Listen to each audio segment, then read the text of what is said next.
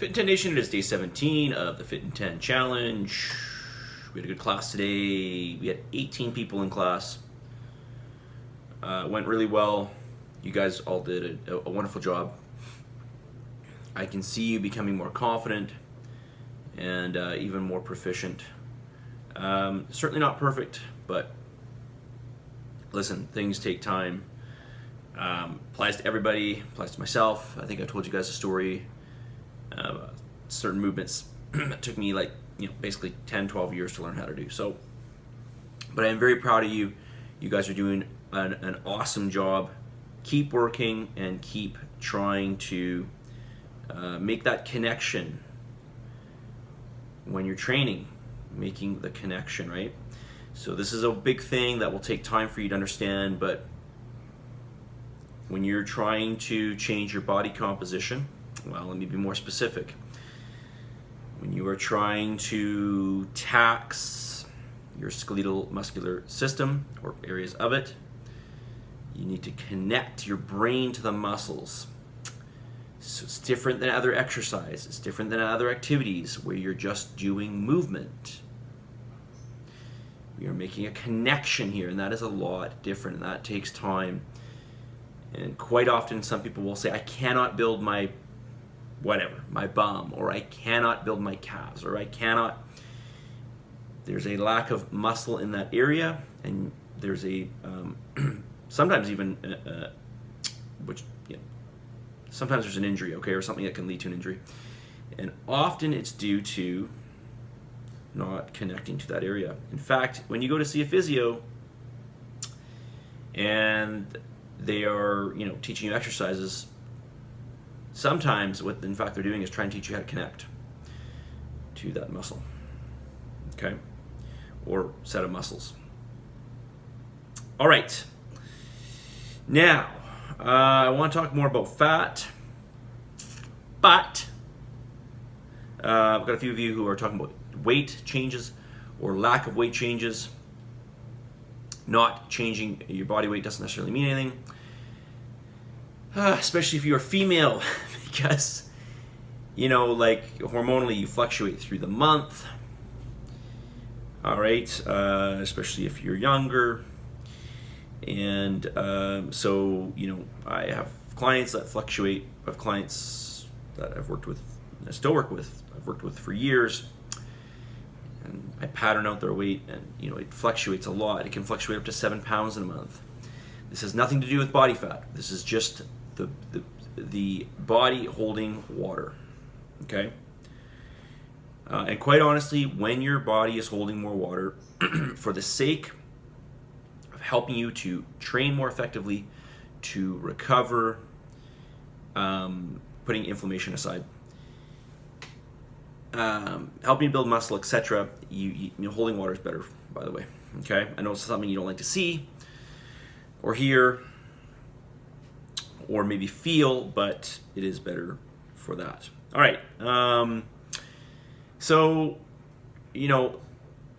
also I don't want you to look at this as a direct exchange. I want you to look at this as an investment. I want you to look at this as a process. I want you to understand that even though you may not see a return on the day or a few days or a week for that matter, it doesn't necessarily mean that you're not laying down the foundation for basically what I call momentum, metabolic momentum. And this is the classic problem that I see with people who are trying to lose weight is they want to see results and they want to see them now, right? Like when Steve Jobs would, the way he would work with his employees, he'd be like, I want this now.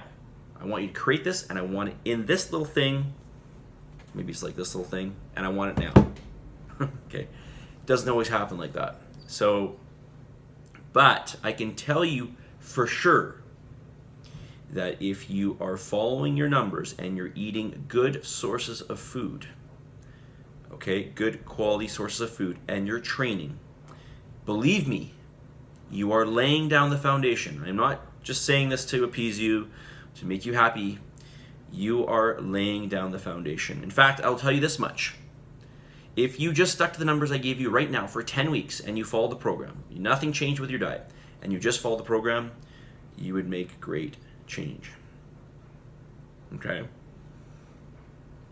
All right. So don't fret on your weight. Your weight, first of all, doesn't tell you the whole picture. Doesn't tell you what's going on with muscle mass. It doesn't tell you what's going on with you hormonally, okay? AKA holding water, etc. It doesn't tell you what's going on with intracellular water in the muscle. It doesn't tell you a whole lot, okay? So just stick to the system, stick to the plan, and follow things through, okay? All right, I'm gonna leave it at that. Okay, fat, what are we at here? Jeez, almost 6 minutes. Yeah, all right, number 2. Reason why you want to eat fat, better body composition. So fat, maybe more specifically, I could say cholesterol, which is not a fat, by the way. But cholesterol tends to come along with sources of saturated fat, like red meat. Although you can get very lean red meat, by the way. You can get very lean red meat. It serves as a backbone for a lot of the hormones that help you with body composition, or regulation of hormones. We're talking about growth hormone and testosterone. That may freak you out, but the reality is we all have it running through our systems right now, and we need a certain amount. Okay, so, and if you've got a little bit more, that's going to help you, and that's not a bad thing, okay? Believe me, it's not a bad thing. These are things that keep you younger, stronger, give you more bone density, make you feel better mentally and physically, okay? You need fat for this. You need fat. Fat also helps with repair of muscle tissue damage, okay? Everyone thinks it's just protein, but yes, and it largely is, but fat plays a role in it as well. It helps with insulin sensitivity, which we talked about yesterday. Thyroid production, which is going to help you to keep you leaner. So does carbohydrates, by the way. Growth hormone and testosterone, which I already mentioned. And there's others, by the way. Number 3, reason why you want to eat fat. When you look at isocaloric diets among populations, now I have to look up a study on this. This referenced, I think, one particular study, which is just one study, but there was more fat loss when people had, so these are isocaloric diets, when carbs were removed and those calories were replaced with fat calories, the people in general tend to lose more body fat. Now, why is this? Well, there could be several reasons. I mean, I'm only theorizing, but one reason might be the fact that your body really needs to regulate blood sugar levels, and one way it does that to prevent you from dying is your body fat has a lot of, let's just call them receptors. Well, they are receptors, that's what they're called, but I won't talk specifically about them. They have receptors that basically help to invite sugar in, okay? So basically if you have too much blood sugar in your bloodstream, it's got to go somewhere, right? It's either going to get burned for energy, or it's going to get absorbed in the muscles and the liver, or it's going to go to fat cells. I mean, that is in essence, what's going to happen, okay? Or you might pee it out if you're diabetic or something, okay? Now, I've seen it where people have done extended periods of long period duration of low carb. I've done this before. And what happens is you teach your body to partition food much better. And it sounds like a bunch of hocus pocus, but it's really not. You teach your body to become more insulin sensitive. Your resting insulin levels become lower. Your body does a better job of pulling sugar away and putting it into liver and muscle tissue. Okay, and a very short example of this is what endurance athletes, I don't know if they still do this, but I know they used to do this back in the 90s and certainly in the 80s. They would do a carbohydrate reduction for a few days, then they would carbohydrate load. And the reason why they would do the carbohydrate reduction is so they would get their liver and their muscles much more receptive to storing carbohydrates. Okay, that's essentially what happens when you do a low carbohydrate diet for a long period of time.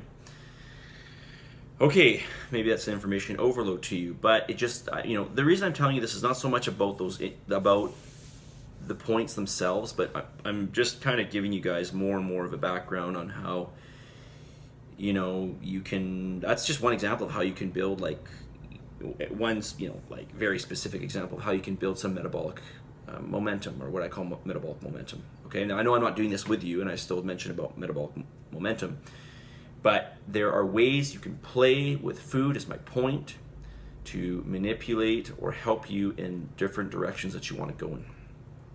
That's all I'm saying. Okay, message of the day. Still rolling here. That's good because I got cut off earlier.